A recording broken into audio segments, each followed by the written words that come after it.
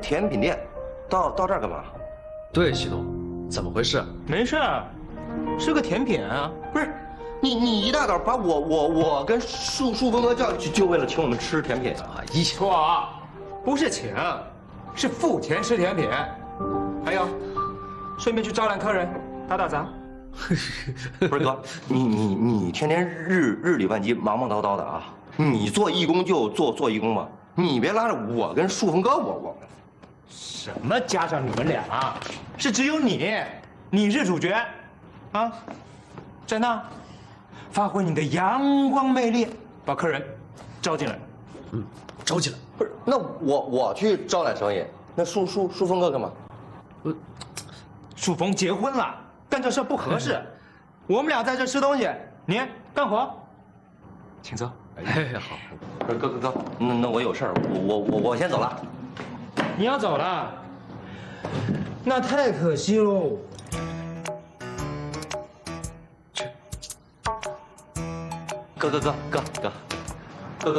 哥，本来准备看你表现好，多满足你个愿望的，这下省了。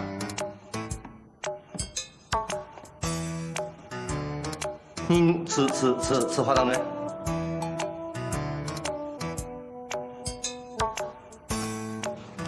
传单在后备箱里。OK。树峰哥，别齁着你啊。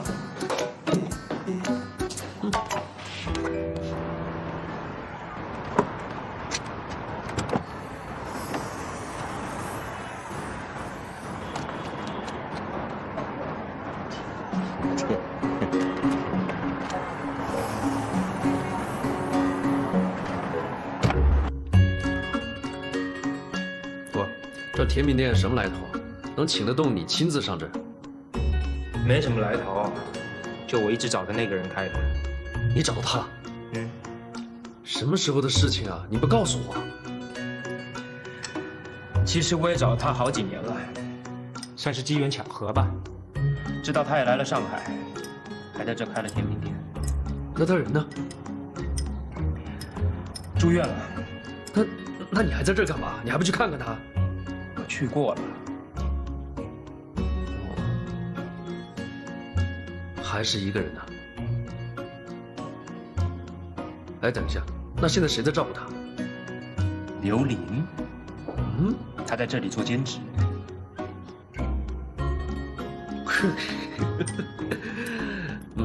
请允许我感慨一下，这个世界真的是太小了。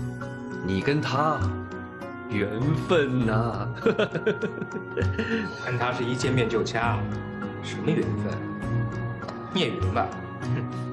问你一个特别简单的，不过认真的问题，你跟他不会就这样掐出感情来了吧？就他呀？可能吗？哎，可能不可能？爱还是不爱？千万不要问我，要问你自己。我以过来人的身份告诉你，千万不要陷在两个女人中间。你看我，就是最好的例子。哟，才几天不见，你就成了感情专一的宣传大使了？看来还是要深受其害才能觉醒啊！我现在的状况已经是水深火热了。什么情况？说说。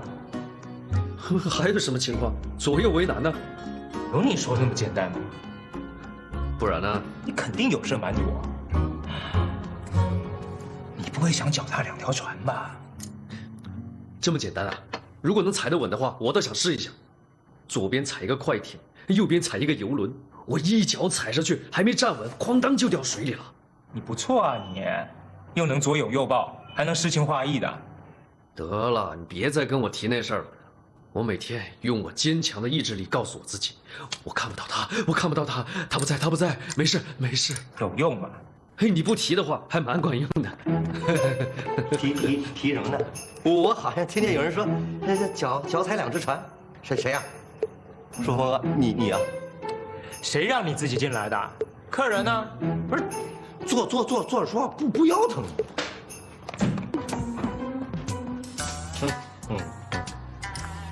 你们俩挺美的啊，在这吃着甜品，聊着艳遇，把我一人扔外边，于心何忍啊你？啊，看样子你是没有什么愿望要实现了。太好了，刚才的话当我没说，吃。吃。别！我认这是夫人。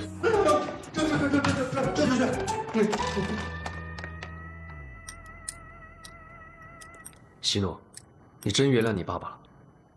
我都没有爸爸，我原谅谁呀？可是你现在又……哥，我的愿望基金有没有上限？跟你招揽的客人数量成正比。哈哈，那你就看好吧。当！里边请。来是啊，环境都好的。上位学生不是，愣着干嘛？赶紧招待客人啊！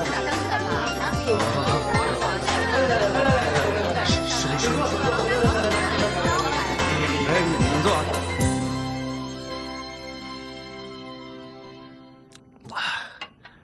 啊，谢谢。啊，对了，前几天我在网络上看到那新闻，一看就知道是假新闻，你别放在心上，我们都支持你。我都没当回事儿，我现在不挺好的吗？就是，要是真给你换个栏目就不好了，这样我们就缺少了合作的机会嘛。所以才找你来商量啊，怎么样才能不减少合作的机会，不减少见面的次数？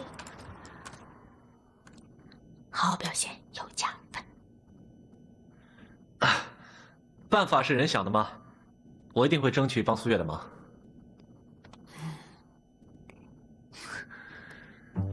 哎，态度不错。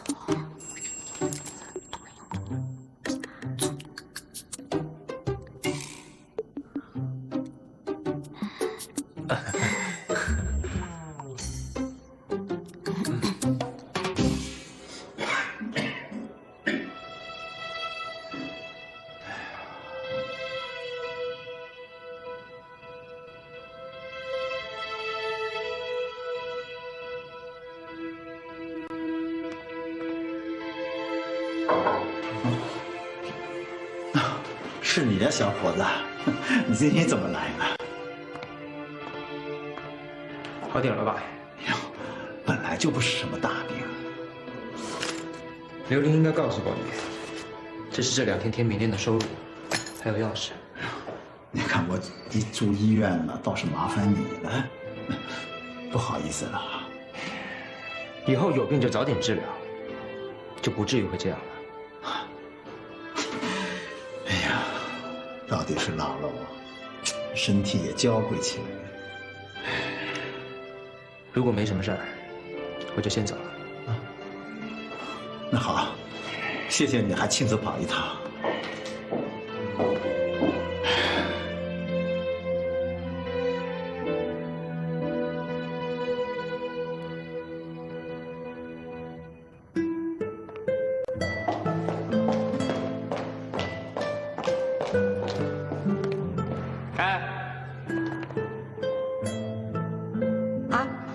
你来啦？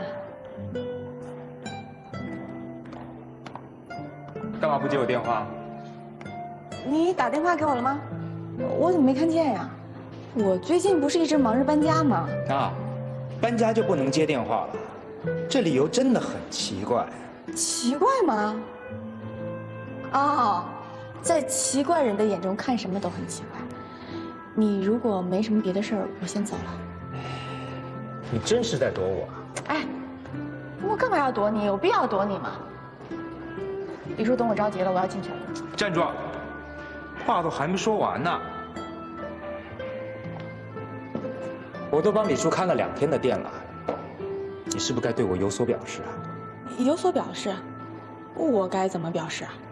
你不该对我有所表示吗？哎，你这人真逗啊！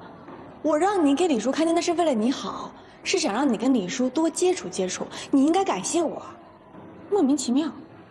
劝你以后别再自以为是了，你真以为你是李叔的救世主啊？你怎么不识好人心呢？看来不见你是对的。这么说，你承认你是在躲我了？你既然这么想知道，那我就告诉你，我觉得从今以后我们2个应该保持一点距离，这样比较好。为什么？理由很简单呢，没必要。那是谁短信我让我去天台的？你真逗，你自己应该很清楚，让你去天台，那是因为让你去照看甜品店。那我怎么知道是不是你接近我的借口啊？所以说我脑子进水了吗？跟你啰里吧嗦说一大堆。再见。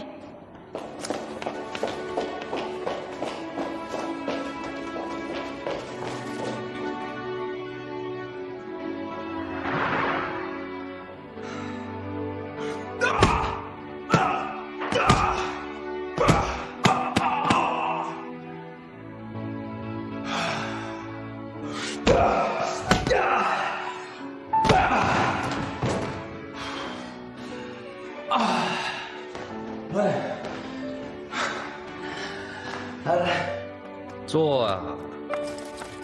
哎，你没事吧？我有什么事？没事，快把人家健身房给拆了，还说没事。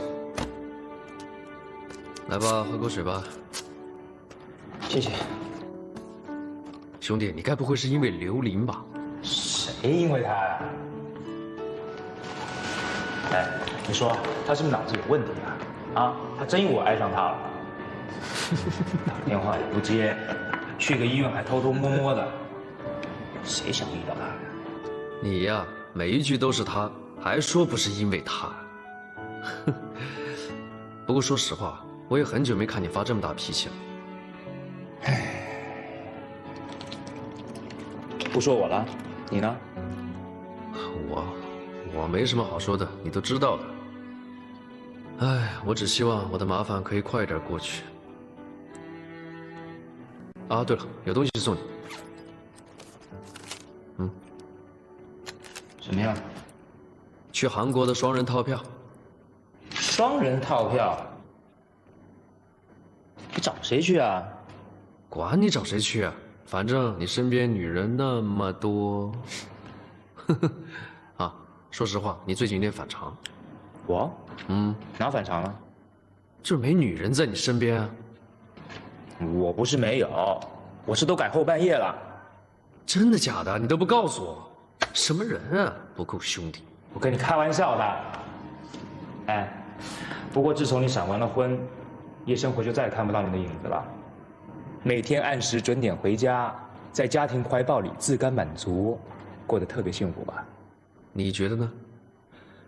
或者可以说，还没结婚还可以选择，看清楚自己的心。像我这样没机会了，活该。哼，哼，哎，这个针给我。啊不，你付我钱，我完全不介意。拿回去，拿回去。哎，电话。你自己带着吧，我接电话。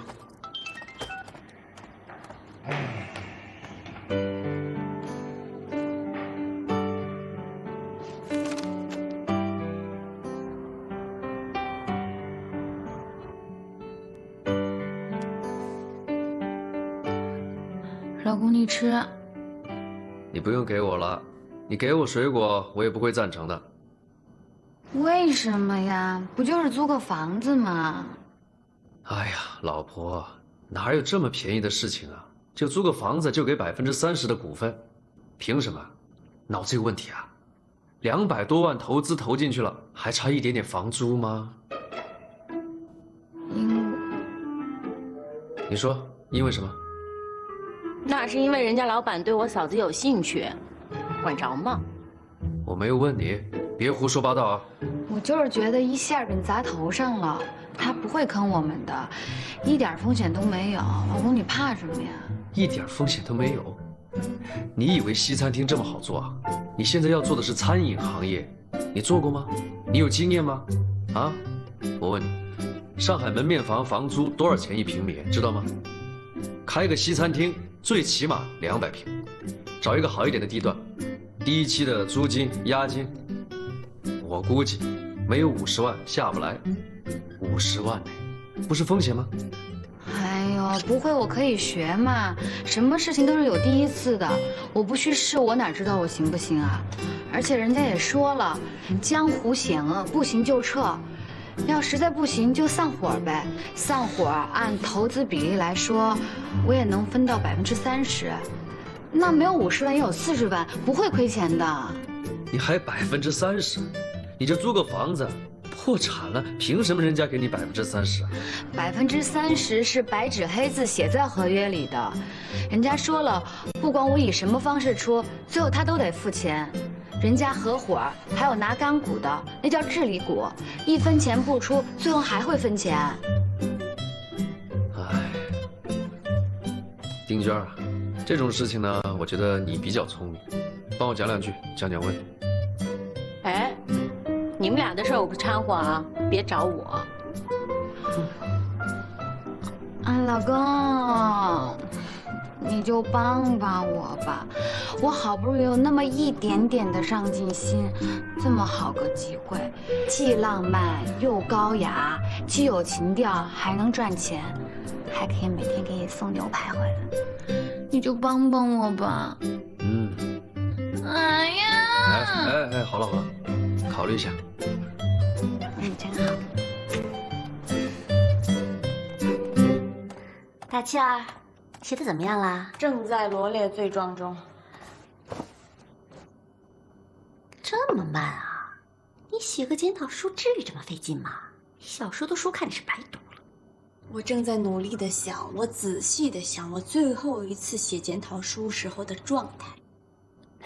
描述一下，帮你找找感觉。貌似是我小学1年级的时候。哎呀，头疼死我了！这检讨书怎么写啊？烦死了也要好好写呀，不但要深刻的触及到灵魂，更要体现我的文采。大气儿，千万不要让我在领导面前丢脸啊！苏大碗，我现在给你2个选择。第一个选择，赶紧回家，我写完之后发给你；第二个选择，把嘴闭上。大气儿，我就知道你对我最好。哇塞，领导。喂，领导，这么晚了打电话？周一上午来台里一趟吧。周一上午啊？有什么事儿啊？刚刚频道的李主任给我打了个电话，他是代表台里的几个主要领导，想跟你当面聊聊。啊，什么指示啊？基本上这个几个主要领导的意见统一了，你就准备接新栏目吧。啊？我不是凭什么呀？这事情还没有调查清楚呢，凭什么认为是我的错啊？好，就算这事儿是我的错，那总要有个申诉的机会吧。可你们现在呢，完全没有顾及我个人的感受，就给我换了阵地。你这样的结果，我不会服的。不，凭什么呀？苏月，我是你的上司，也是你大哥，劝你一句啊，有些事情我都身不由己，何况你呢？好吧，有话周一来台里再说吧。啊？怎么了，苏大碗？怎么说了你们领导？你省了，投降书不用写了。真的啊？哎呀，我怎么办呢？万箭穿心呀！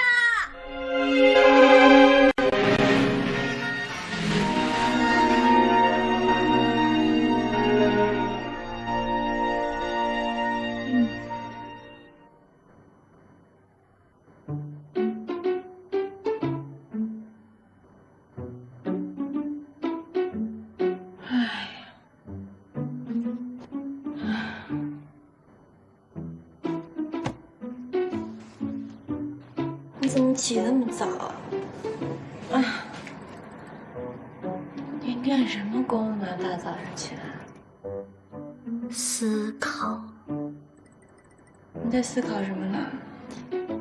是割地求和，还是战斗到底？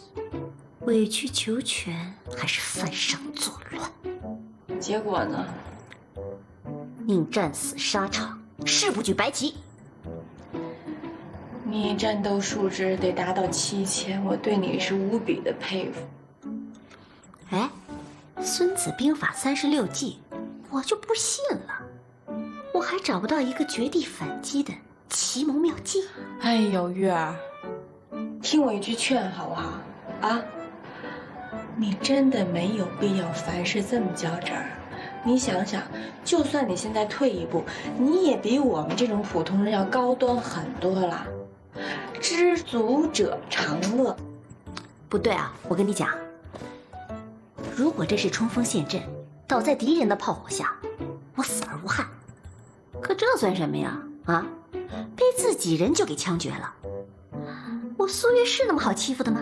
那你有何良策？找高人。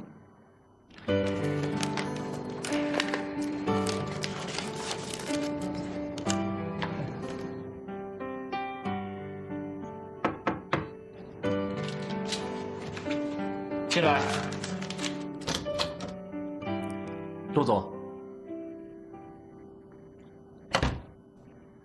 陆总，关于花园2期的宣传方案，我有些新想法，想向您汇报一下。坐下说。我仔细的考虑了之后，我发现，花园2期的销售一直提不上来的原因，是因为我们的宣传重点和其他的几个同期楼盘并无差异化，大家异口同声都在讲性价比，完全没有突出我们的独特性。这个我知道，解决方案呢？我仔细地分析了一下，我们花园2期无论是在建筑的外观和室内的设计，和其他的几个同期楼盘最大的区别就是，我们更显年轻化，更有时尚感。所以我在想，是不是以后我们的宣传要把这个优势充分地放大，以此作为宣传的主基调？具体的手段呢？目前想到一个方案，我们可以聘请一个形象代言人，具有青春、时尚的特质，在年轻人的群体中有较大的影响力。具体的人选呢，我个人觉得《家人有约》的主持人苏月小姐对我们还是比较契合的。苏月是挺有时尚范儿的，不过你得考虑主流购房的群体啊。真正掏钱出来买房的可不是那些青春人群，主要还是而立之年和刚刚成家的人为主流的。找的形象代言人的形象，如果过于偏离主流群体，可是会适得其反的。陆总您放心，这个我也考虑过了。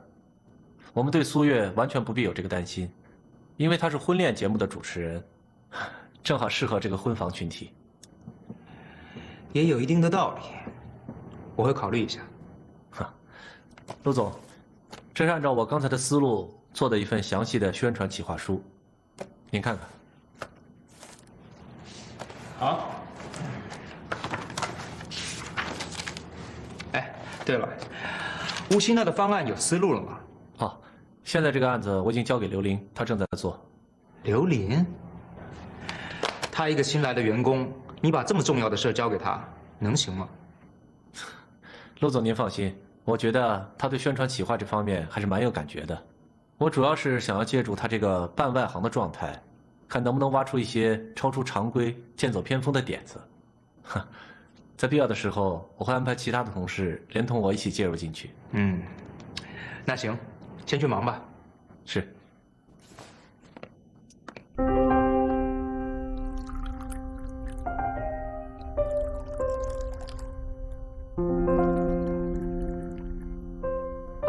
老主任，喝水。我从大学一毕业就进了台里，我这一路是怎么走过来的，您看的是最清楚了。是。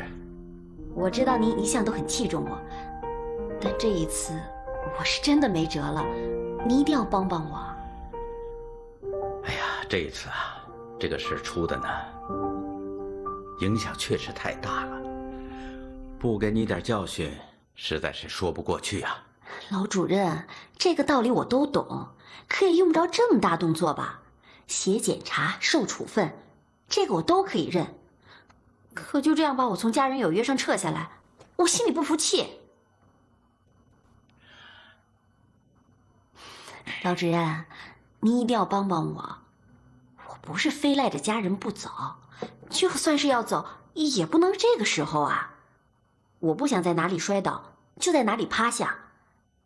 如果是这样的话，我一辈子会抬不起头的。苏月，你是我一手提起来的，我当然希望你越来越进步。可是，毕竟我已经不在其位了，再给台里多添麻烦，好说不好听。哎呀，老主任，您就再帮帮我吧，就一次就一次。好，这样，等上了班，我给他们打电话，看他们还给不给我这个老领导面子。我尽人事，你听天命。实在不可挽回，那你也不要太执着，好吗？我就知道老主任一定会帮我的。好，那就这样。那你好好休息，那我先走了啊。好。哎，老主任，您就不用送我了。好，那你慢走啊。我还会再来看您的。好，再见啊。拜拜。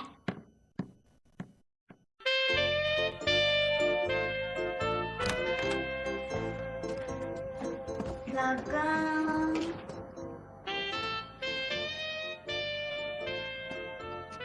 干嘛呀？有事好好说，这样说话让人麻麻酥酥的。老公，几天下来不给你犯贱，你是不是不习惯了呀？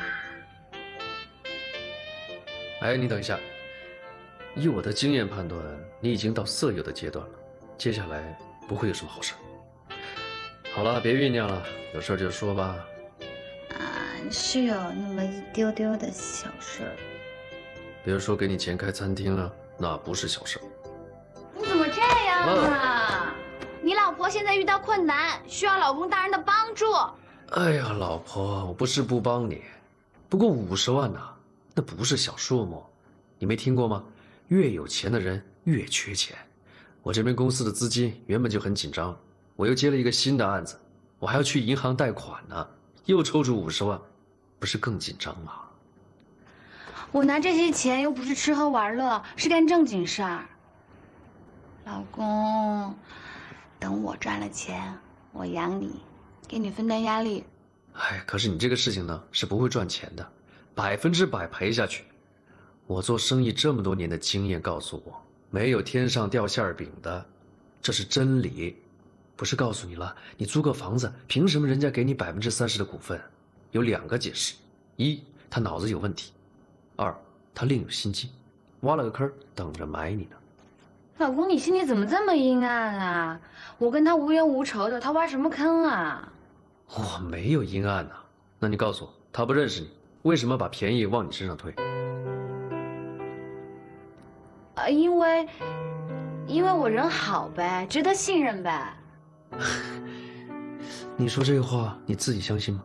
你别小看人，虽然我不像你那么有经营头脑，但我那么聪明，小小一个西餐厅我还搞不定啊。再说了，合伙人是朋友，什么事都好商量。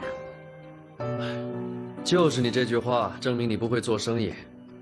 告诉你，越好的朋友，越不会合伙做生意、做买卖。没事的时候大家好好的，分钱的时候不一样，你争我夺。说是说给你30%的股份，不过万一，哎，我是说万一啊，如果真的经营不下去的话，他还会把股份还给你吗？到时候他不给，你也拿他没办法，怎么办？告上法庭啊？还是跟他拼命啊？那只能自己倒霉。老公，你不要什么事情都往坏的方向想，往好的方向想一想。未雨绸缪，有备无患。做生意嘛，要做最坏的打算。人家嫁给你之前，也是公司的精英分子，现在倒好，空有一腔热血，无处挥洒，寂寞空虚冷。老公，你就再帮我一次吧，再这样下去，我会得忧郁症的。哎呀，乖，结婚的时候不是说好了吗？你管内，我管外，你享受你的，我忙碌我的，谁也不眼红谁，除非天崩地裂，不可抗拒力，忘了吗？你现在是下决心不帮我了？最后的态度？靠谱的事情我一定帮，可这事情不靠谱。陈树峰，哎呀，老婆，你别发小孩子脾气了，好不好？你都没把我当老婆，你自己过吧你。喂，老婆，我就讲道理、讲原则而已，难道我错了吗？情歌的小河洗衣裳，双腿跪在那石头上，小情个得，小手手红来，小手手白，把你我小脸扭过来，小情个得。回来了。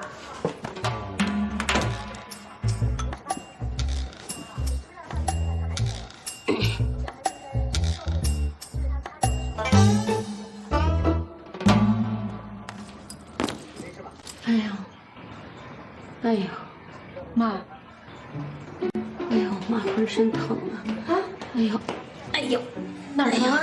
妈！哎呀，是浑身酸疼啊！哎呀，四肢无力呀！走吧走吧，去医院，走，跟我去医院。不行不行，啊，妈现在走不动了。不用走，我打120。哎，别！你看妈都这样了，别折腾妈了。哎呦，那这不能干挺着，耽误了怎么办呀？哎呦妈呀！哎呦，丽亚啊，你心疼妈吗？那还用说吗呢？那你能答应妈一件事吗？是，你看妈都这样了，不久就得找你爸去了。哎呦，呸！您充其量就是一感冒发烧，你不要老胡思乱想，行不行？我爸刚在天上清静2年，还不想让你上去烦他。哎呀，说正经的啊，你看妈要有个3长2短的，最不放心的就是你呀。你看妈现在这熊样，啊，那你能满足妈一要求吗？行不？我的亲妈，只要您不胡思乱想，别说1个要求，10个、100个我都答应您。什么要求？你说的哈，你亲姑娘我说的，你答应了哈，亲姑娘答应了，不后悔啊？不后悔。到底什么事儿啊，妈？我跟你说就是那个上回，你不是带回了一个帅小伙吗？你能让他再来一次吗？妈想见见他，跟他说句话。妈，你说是那个露西诺呀？啊，对呀。哎呦，疼！您见他干什么呀？妈就想请他吃个饭，嘱咐他，给你把关。哎呦，不行。你不答应是不是？你这不就立马让妈去找你爸是不是？你太不孝了！哎呦，疼啊！哎呦，行，我答应你还不行吗？哎呦，你真是我亲妈！哎，答应了，答应了。哎呀，这才孝顺你啊！百孝顺为先，是不？那行。哎呀，看这小伙儿还挺帅的。妈，您不难受吧？哎，你看这美女长得好看，你看像螃蟹似的。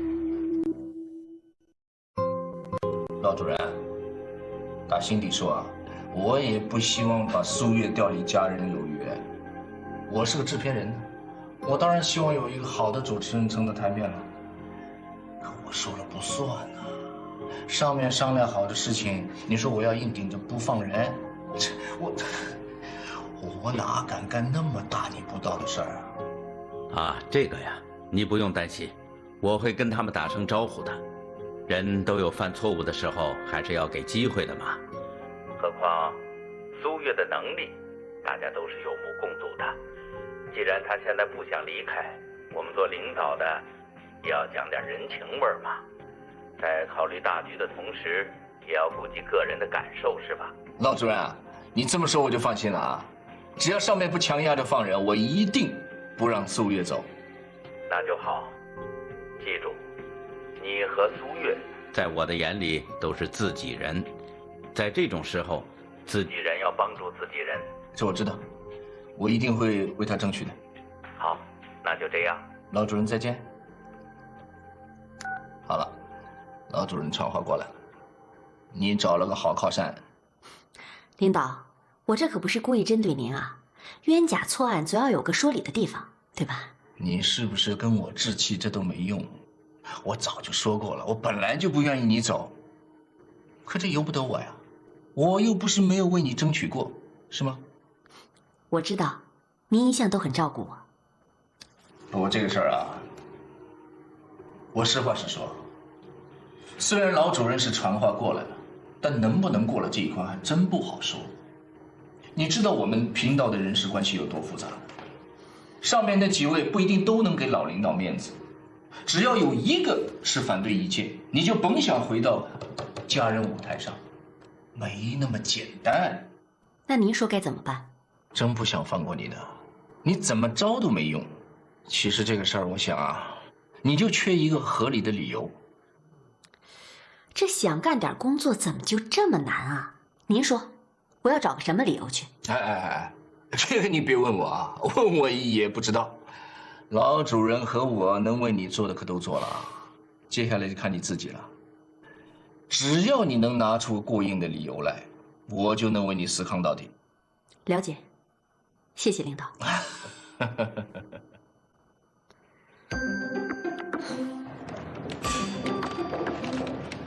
韩国理想，我妈一定喜欢。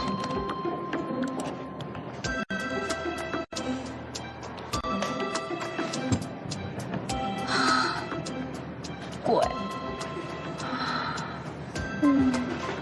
贵啊，太贵了，一家比一家贵。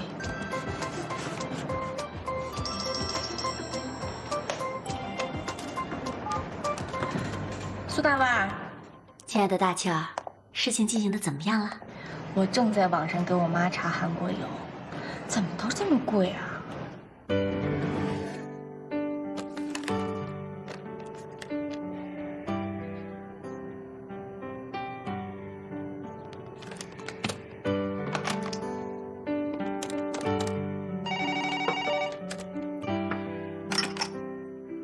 喂，你好。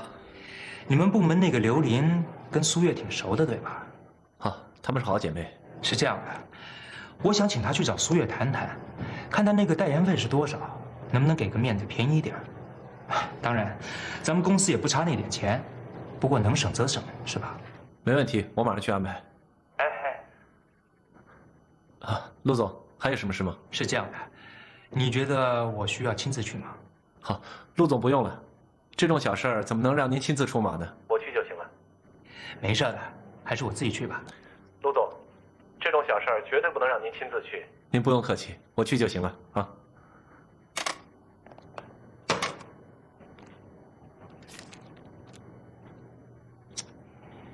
这个女人，请她去旅游，她应该会挺开心的吧？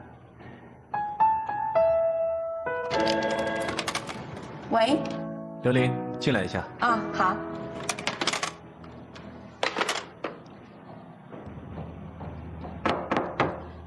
进来。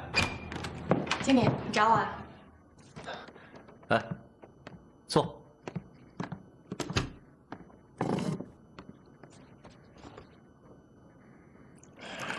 谢谢。有这么个事啊，你看你能不能办到？什么事？你说。我跟陆总提议，想请苏月做我们花园2期的形象代言人。真的？让苏月做我们代言人，那太好了。我能帮什么忙？你看你能不能私底下跟他聊一聊，那个代言费上便宜一点，也算替公司省点钱吧。应该没问题。苏月本身自己又不缺钱，而且我们都是好朋友啊，她一定会给这个面子的。那就好，你再跟他好好聊一聊，争取出一个最低价。另外，我跟你实话实说，我跟陆总提这么一个建议，是想间接的帮苏月一把，算是尽我一点绵薄之力，让她度过眼前的难关吧。这个我明白，你放心，我知道该怎么跟她说。虽然不一定有用，但是我相信她会记你这个人情的。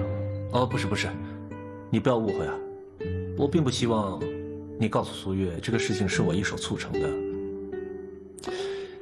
我只想默默地为苏月做一些我能力所及的事情，我不想让她有太大的压力，好像让她觉得欠我什么似的。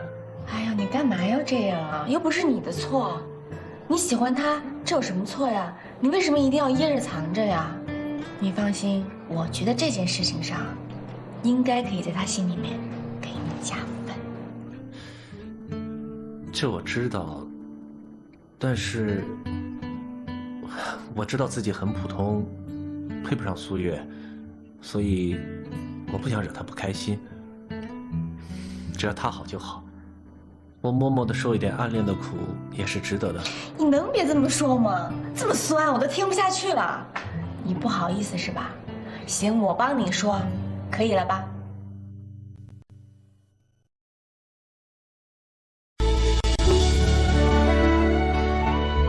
如果相见不会太晚。